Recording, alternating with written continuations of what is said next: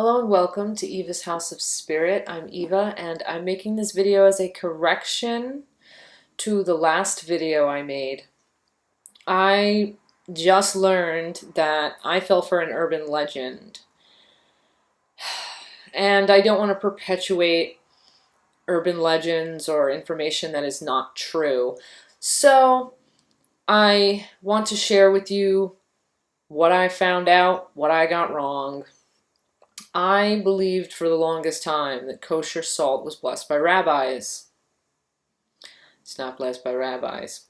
Let me explain how I came to this misunderstanding. Years ago,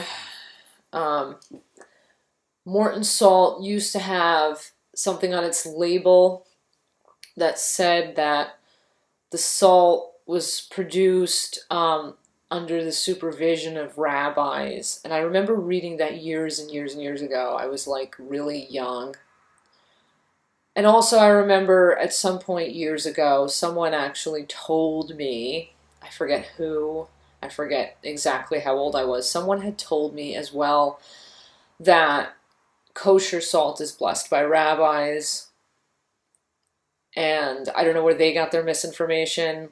I guess, hey, things sometimes get misinterpreted, and then I guess information like that sometimes can kind of take on it can kind of go on a course, sort of like a game of telephone, like one person comes to an understanding and it's not a correct understanding, and then they tell someone else who didn't know at all about that topic, and then that person misunderstands it, and then they understand it their own way, and it gradually things just kind of get all sorts of messed up and mixed up. What I want to share with you, I have, as I'm filming this on my laptop, I have in front of me a little text edit note that I copied and pasted little sections from 3 sources that I checked this information from. Oh, and before I continue, by the way, the person who told me years ago that kosher salt was blessed by rabbis, this is in a time, keep in mind, before the internet. I'm 33 years old. I remember when the internet was just coming into being, and people were like, oh, the information superhighway, oh, this web, World Wide Web thing, like this wasn't always around. So you kind of got to take that into consideration as well. Years ago, we didn't have the wonderful resource of going on our computer and typing in, a question and seeing a whole bunch of information, and weeding through it to find some, legit facts. I didn't have that, and I don't know, the person who told me, I must have just kind of trusted them. Anyway, so back to what I was saying. I have a text edit note here in front of me where I copied and pasted some notes, and I plan in the description of this video, when I upload this, I'm going to put the links to the pages that I'm going to be referencing here. So if you want to go to those pages and look at them for yourself, so you know that what I'm telling you now is true, because I'm sure there might be other people who may have believed what I believed. I really believed that rabbis blessed that salt. I really did. And, so if there's people that believe what I believe, they can now understand that it's not the case. And also, I think the reason why, when I used that salt believing that rabbis had blessed it, I think the reason why it still worked fantastically for me was that, well, salt is salt and salt is pure. Blessed or not, I guess, doesn't so much matter. And maybe because I believed that it was sanctified, maybe in a sense I was sanctifying it through my belief that it was sanctified. You know what I'm saying? It was almost like I was, by trusting and having faith that it was blessed, I was in a sense raising it to a level of sanctification in my mind, and therefore I was sort of putting the intention of blessing into it without even realizing that I was doing it. So that's why I never had bad results in my believing that the kosher salt was kosher. And all those times that I, may have skipped blessing of salt and just said, oh, it's blessed already. I didn't even realize I was blessing it just through my own faith. So, okay. Let me see. Hold on one second. Give me 1 minute. I just want to make sure that. Okay. So the first page I went to was koshercertification.org. .uk, and it's an organization, from what I understood from looking at the page, it's an organization that I guess they kind of ensure that kosher standards are met, I guess. That's what I understood that koshercertification.org is, but regardless, they had information that, being that it's koshercertification.org, I trust that, you know, their information they're providing me is legit. It's not like going on Wikipedia where like anybody can just go in there and put whatever they want, you know. So the page from koshercertification.org, the page was called "What Does Kosher Mean?" And here is a quote from that page. In Hebrew, kashrus, from the root kosher or kasher, means suitable and or pure, thus ensuring fitness for consumption. The laws of kashrus include a comprehensive legislation governing permitted and forbidden foods. There are several aspects to these dietary rules. On that page, they explain about the requirements for certain foods to be considered kosher. So I got that. Second page I looked at was saltworks.us.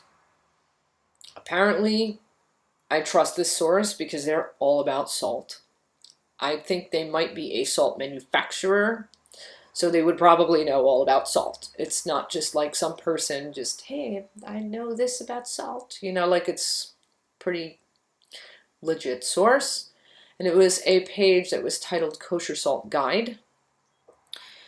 The quote that I copied and pasted here into my text edit note, the quote I'm going to give you says, you know, the quote that is establishing that, yeah, I was wrong, and here's the actual information. Kosher certified salt, commonly referred to as kosher salt, refers to salt that has met the guidelines of kosher outlined by Jewish law and upheld by kosher certification agencies. I guess that's what the koshercertification.org was. And members of the Jewish faith. The certification ensures that the product is produced and handled in accordance to these high standards and is suitable for consumption for those following a kosher diet. So there's that. And then the following information I received, the last bit here, give me 1 second, let me just scroll down. So, okay, here we go. It was on old.cbbqa.org. I'll put these URLs again in the description. There was a page titled Salt Myths and Urban Legends. And this is the little section I'm going to read to you. Myths. Kosher salt is kosher, comes from the Dead Sea, and is blessed by a rabbi, and contains no additives. That's the myths. Kosher salt, number 1 is kosher, number 2 comes from the Dead Sea, number 3 is blessed by a rabbi, and number 4 contains no additives. All are false. Kosher salt refers to any coarse-grained salt that is used to make meat kosher. Kosher salt usually is mineral salt, which may be mined anywhere. A rabbi does not bless the salt to make it kosher, although Morton's coarse kosher salt in the past has claimed to be packaged under rabbinical supervision. As with any other salt, some commercial kosher salt, like Morton's coarse kosher salt, uses anti-caking additives to make it free-flowing. Kosher salt is usually free from iodine additives.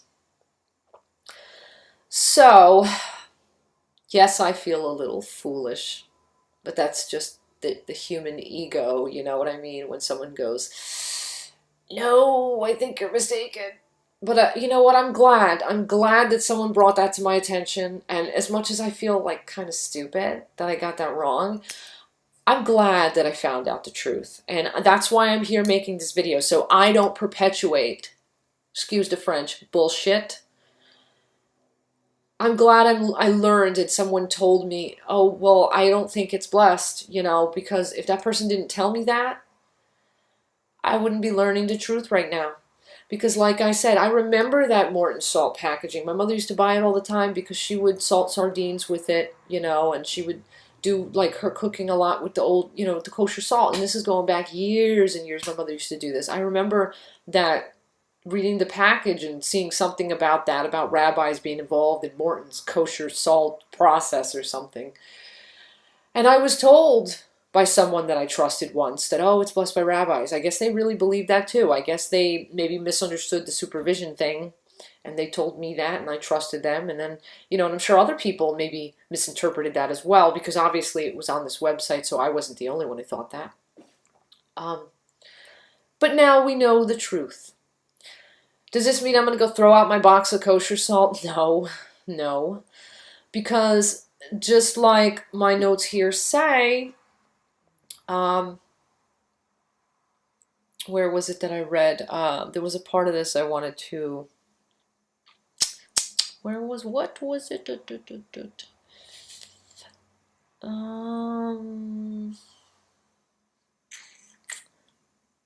Oh, in Hebrew, kosher is from the root kosher, or kosher means suitable and or pure, thus ensuring fitness for consumption. And it's salt, and we all know that salt is a pure substance. I'm not going to throw my box of kosher salt away. I'm still going to use it. I'm going to know now that it's not blessed by rabbis. But now that I know that, even though I had worked with it in the past thinking it was blessed by rabbis, it still worked just fine for me. So, salt is salt then, I guess. And, you know, now from this experience I'm learning, whether you actually stop and bless this item, hey, maybe it's helpful, but it isn't going to harm you if you don't bless it. That's what I learned from this experience. I hope this has been helpful. I hope I have cleared up this misconception that I had and that maybe some of you might have also had in the past, because, again, if that article mentioned it, I must not be the only person who thought that rabbis bless the salt. So now we know. And I'm sorry that I misunderstood that and that I misrepresented that. And with that, I wish you many blessings. You know, so I always say, blessed be an Ashe. And I'll be back as soon as I can with another video. Bye-bye.